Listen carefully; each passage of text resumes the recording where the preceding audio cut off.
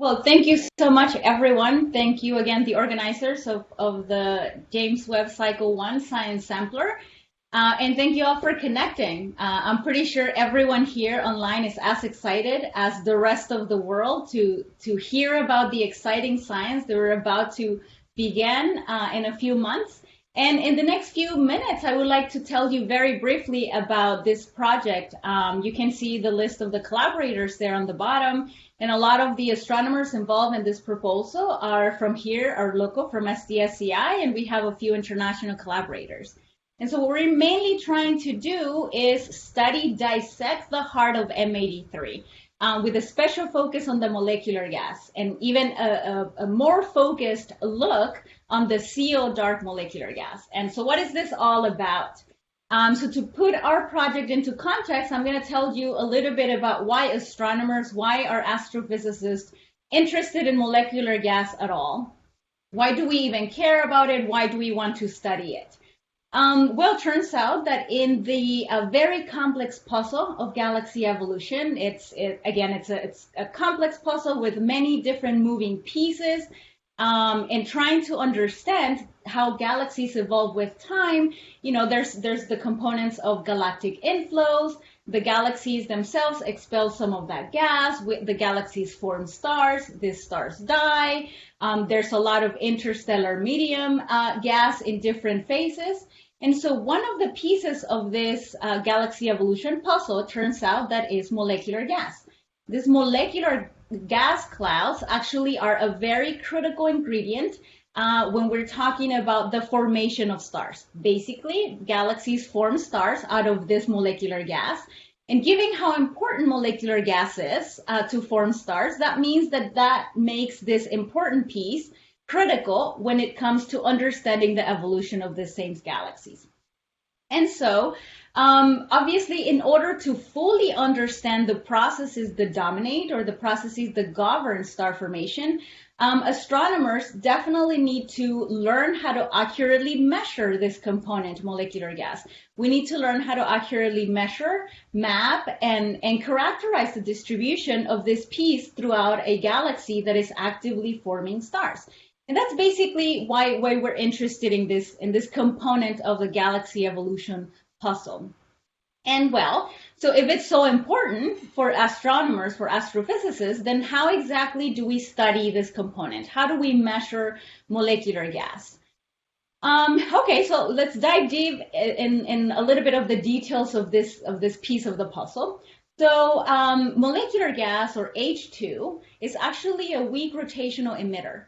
And basically what that means is that given that it's a weak rotational emitter, for astronomers, it's very hard to directly probe, directly study molecular hydrogen. That's obviously very unfortunate given how important it is to understand galaxy evolution.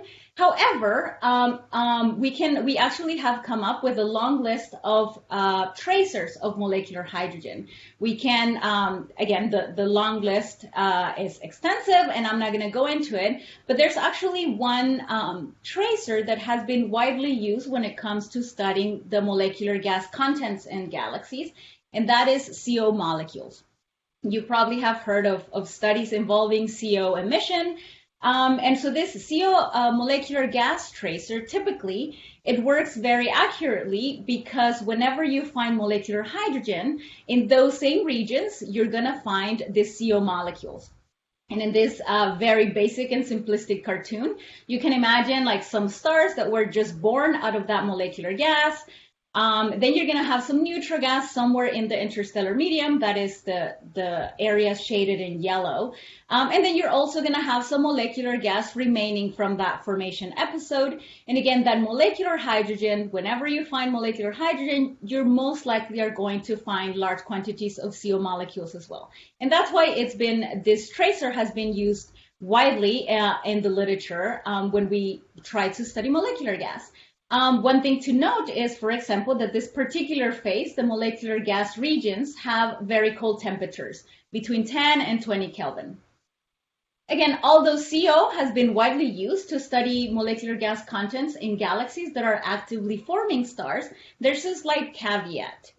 Unfortunately, in very specific environments, and I'll tell you which environments, this accuracy of a tracer that CO has on molecular hydrogen starts to break apart.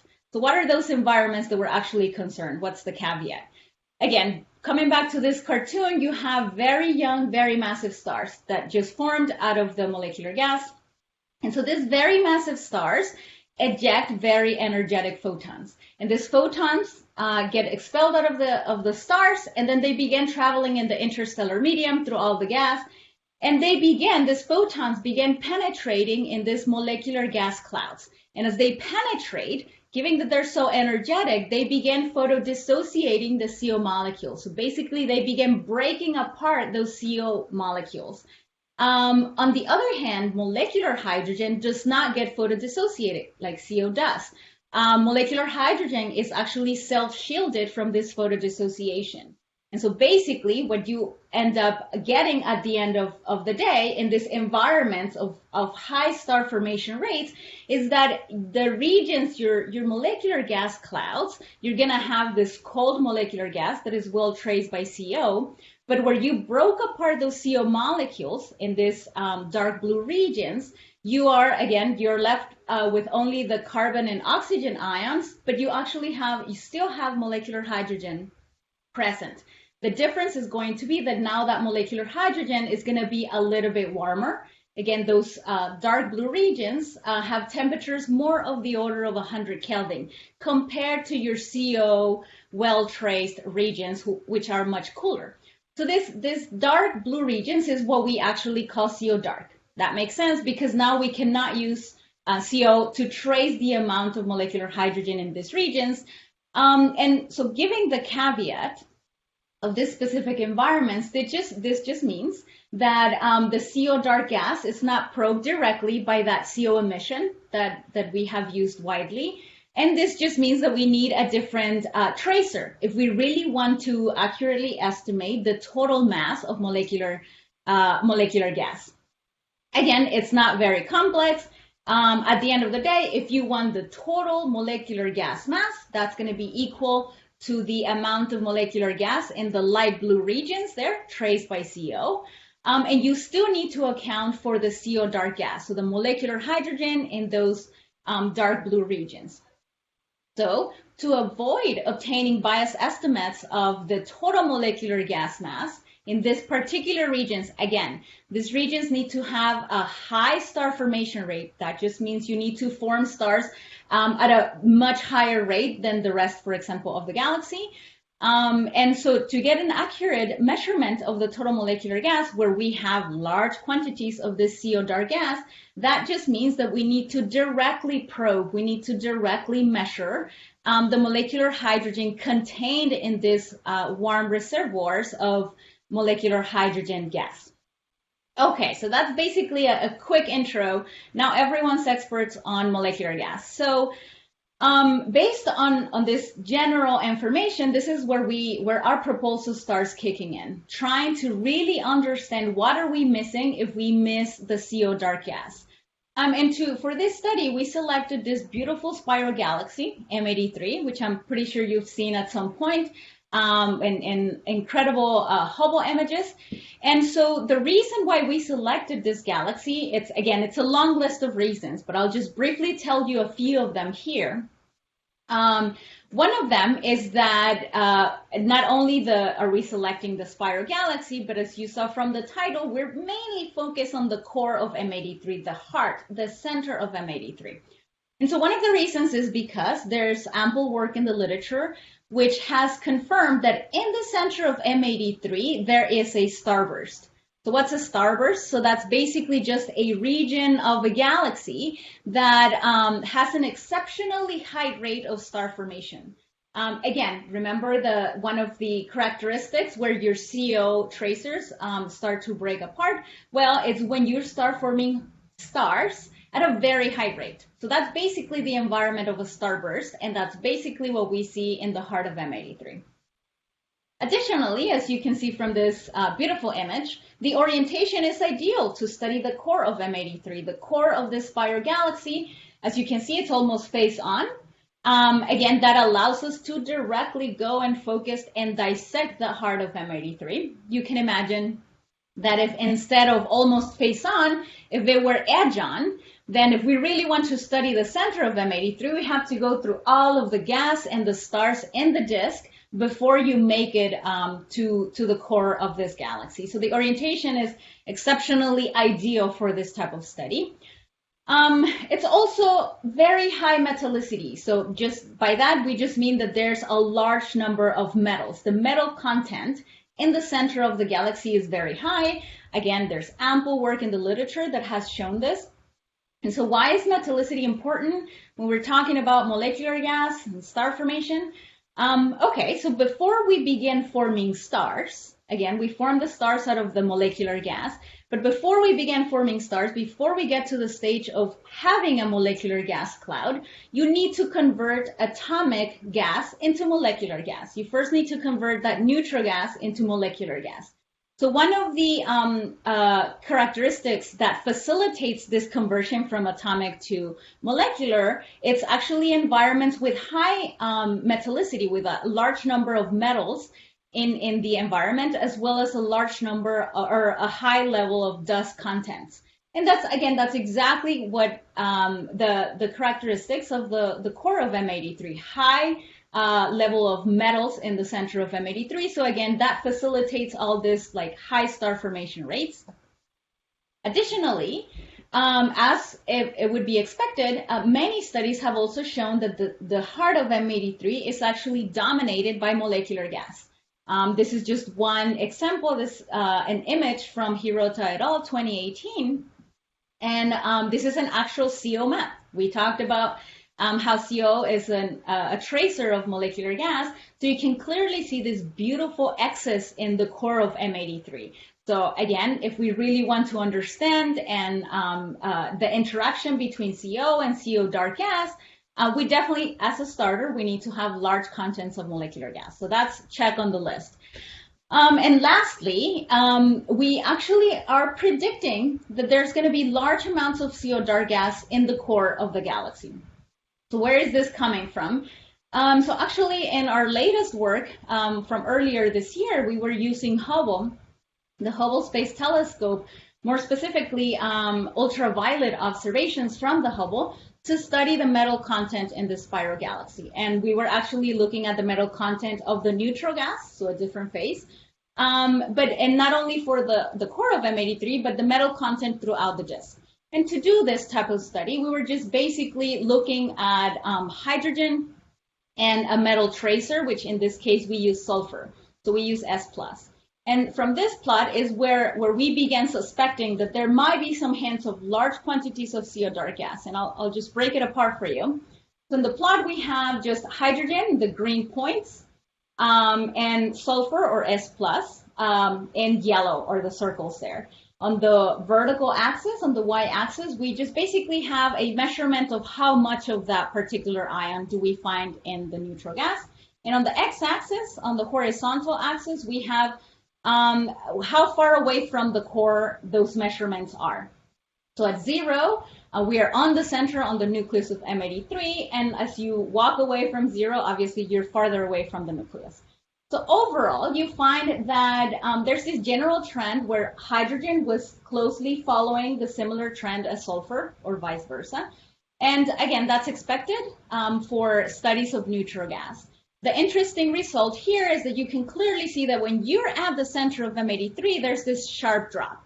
Again, that's expected because this study was focused on the neutral gas, and we mentioned that when you convert neutral gas into you need to convert neutral gas into molecular gas to form stars.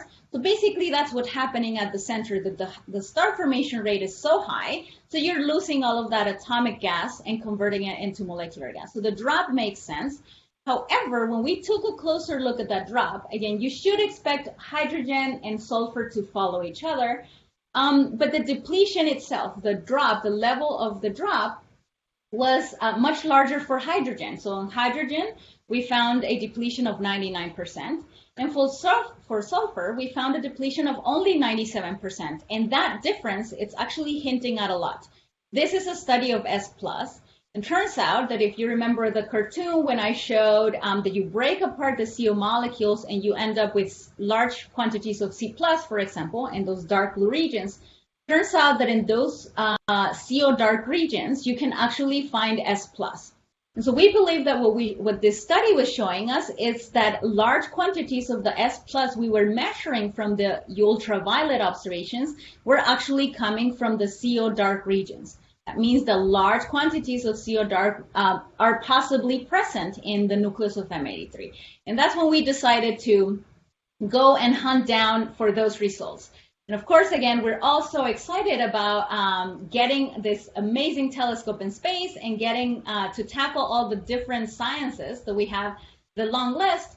And that's the first thing we're going to do from our side. So we're going to try to dissect the core of M83 and trying to understand and confirm if indeed large quantities of CO dark molecular gas are present there. And so for this, we were actually awarded 15 hours with the mid-infrared instrument. And more specifically, we're going to use the MRS. So this is the medium resolution spectrometer. And to be able to fully map the whole core of M83, we're going to use 4 pointings, just shown there in the image. And we're going to use a setting on the instrument that's actually going to provide us with full mid-infrared coverage from 5 microns all the way to 28 microns. And that might or might not sound like a lot, but that is going to be an immense amount of information. And so what are we going to do with that information? So the proposal has 3 main goals. Of course, the very first one is that in the mid-infrared, with these observations, we are going to be able to directly study the warm molecular hydrogen. Again, from the cartoon here on top of the right, the warm molecular hydrogen, the CO dark gas, is the dark blue regions there. And MIRI is going to allow us to directly study, to directly map the CO dark gas in the nucleus of M83. And of course, this study is going to allow us to expand our understanding of the physics that define the properties that actually give life to star formation. So that's a very critical piece.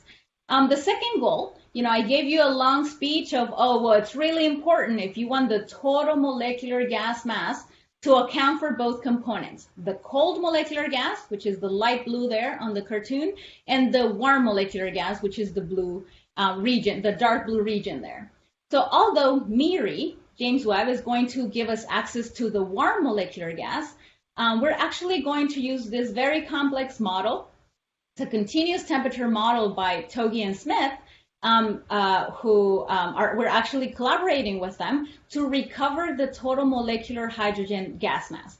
And although, there's many complex details that go into that process, what we want to highlight, for example, is that to be able to use this model that they generated to accurately estimate the total molecular hydrogen gas mass, we need a minimum of 3 H2 rotational lines. 3 H2 rotational lines to begin to recover the total mass of molecular hydrogen. Turns out that with MIRI, we're actually not only going to access 3 of these H2 rotational lines. With the MIRI wavelength coverage, we're actually getting access to 7 of those lines. So that means that the accuracy of our measurement at the end of the day is going to be really, really high. So we're very excited about this. And the third goal that I mentioned, so this is going to be to test via aperture map spectroscopy if that excess in S+ that I mentioned that we detected with Hubble in the ultraviolet regime, if that actually indeed indicates this large clumps of CO dark gas. So what is aperture map spectroscopy? So simply put is, again, there were 4 pointings with Hubble that we saw this excess of S+.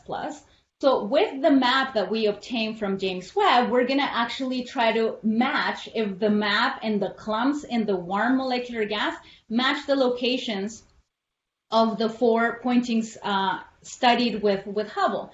And the exciting component here is that this study has the incredible potential of being the first confirmation that absorption of S+, again, detected in the UV, can actually be used as a tracer of molecular gas, as a tracer of CO dark gas in these very special regions where your star formation rates are very, very high. So we're excited about that, and that's very promising. And again, most of the study, the main umbrella, the main component is molecular gas. But there's so much information in this MIRI observations that we're not going to stop there. We're not only studying the warm molecular gas. One important component of the project is to actually understand the processes that lead to efficient star formation. And that means that we need to understand how the structures of the interstellar medium actually evolve. How are they distributed? Where are the different clumps of the different phases? And so one thing that we plan to do is compare, again, our warm molecular gas maps to the maps of CO. Like, are the clumps of that light blue in the cartoon there coincidental with the clumps of the dark blue? What is the connection? What's the synergy between them two? On top of just focusing on the molecular gas, we're also going to expand with these same observations. We're going to be able to map the ionized gas as well using the James Webb observations. We're going to be able to study some hydrogen recombination lines, as well as some neon and sulfur lines coming from the ionized gas. So again, trying to understand the synergies between the different ISM phases. And lastly, so we also want to understand the effects of the radiation fields from these very massive stars that I just described that emit very energetic photons. How do these massive clusters, how do these massive stars shape the ISM? Again, you clearly saw that when this energetic photons penetrates the different clouds of different gas phases, they actually modify them. So we're trying to understand what exactly is the effect of this radiation fields on the gas. And just in the last minute, again, there's so much information in this observations, and we're trying to extract as much as possible from them. And one last tiny piece that I'll briefly mention here is interstellar dust. So interstellar dust, of course, is a very important piece in regulating the formation of molecular gas itself. And a very important molecule in interstellar dust is this very complex, complicated molecule, polycyclic aromatic hydrocarbons, PAHs. So this special molecule, it's actually very important in star formation regions. Turns out that the emission from these special molecules accounts for around 20% of the infrared emission in star-forming galaxies. So that means that it's not irrelevant. And so where exactly are these special molecules? Okay, going back to our cartoon very quickly. So you have your very young, very massive stars. Again, they just formed out of this gas. There's some neutral gas in yellow, some molecular gas in blue. And again, these energetic photons, they begin also ionizing the neutral gas surrounding them. So you're going to have some ionized gas near the young stars. And these special molecules, these PAHs, are actually located between the ionized gas and the molecular gas regions.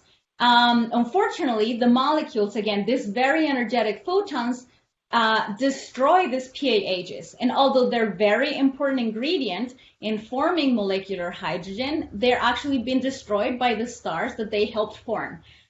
So the component of this study, this component of our study is will shed some light on the true role of these very special and very important molecules.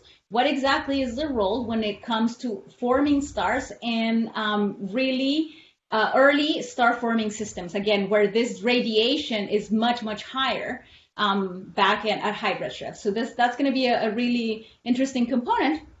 Well, we're at the end of our time here, and just very quickly reminding you, although we started with this big umbrella of molecular gas, James Webb is definitely going to allow us to study in detail the molecular gas, directly probing the warm molecular hydrogen, and at the end of the day, allowing us to accurately estimate the total mass of molecular hydrogen. But we don't stop there. Again, these observations are so rich that we're going to, from those same observations, we're going to be able to study the ionized gas, this very special PAH molecules. We're going to study the dust contents, and again, the list goes on and on. And overall, you know, astrophysicists, astronomers, we are very aware that it's very important. It's imperative that we understand the fueling star formation history throughout cosmic time, not just the present, not a long time ago, but throughout cosmic time. And turns out the James Webb is actually going to allow us to do exactly that with its unparalleled infrared sensitivity and the resolution we're obtaining with this telescope. So stay tuned for all the exciting science that we're going to be doing in a few months. Thank you. Thank you so much, Svea. So now we have some time for questions. I have a question for you. So you were showing that there was a difference between 97% depletion and 99% depletion. And you said that even though it seems small, it was very significant. What are the error bars? So that was a little bit hard to quantify because as I show the plot, right, so we have 4 different pointings. So the maximum depletion that we observed, so that was basically the point that was, you know, at the most deviant from the gradient, that was around 99 for hydrogen and 97% for sulfur. And the other pointings was a little bit less than that. So that was a little bit like hard to quantify. But again, I think once we have these observations at hand, I'll be able to accurately answer that question regarding the presence of this very important steel dark molecular gas. Okay, thank you. Thanks, Amaya. Anybody has any other question? This is Bill Blair. I have a quick question for you, Svea. So you obviously were concentrated in this proposal on looking at this one spectacular galaxy, this M83 galaxy, but you talked about the bigger job of doing this over some fraction of cosmic time. How many additional observations or other observations would be needed to do that bigger job that you were talking about? Yeah, so I think like as a first step is understanding this very intense field, right? Like obviously M83, as I mentioned, has really high metallicity. That's not typical of high redshift environments. However, the star formation rate, it is typical. So I think we need to expand the sample to not only cover one particular area of the parameter space. We need to also investigate environments, for example, of much lower metallicity. And the reason why we selected a nearby galaxy other than the list that I mentioned is because only in a nearby galaxy sample are you able to resolve these structures at the resolution that you need. So definitely, Blair, that's obviously a good point. This is just a starting point, but as we move forward and expand the sample, we need to cover different masses of the galaxies, different metallicities. But this will definitely be the very first step into doing that.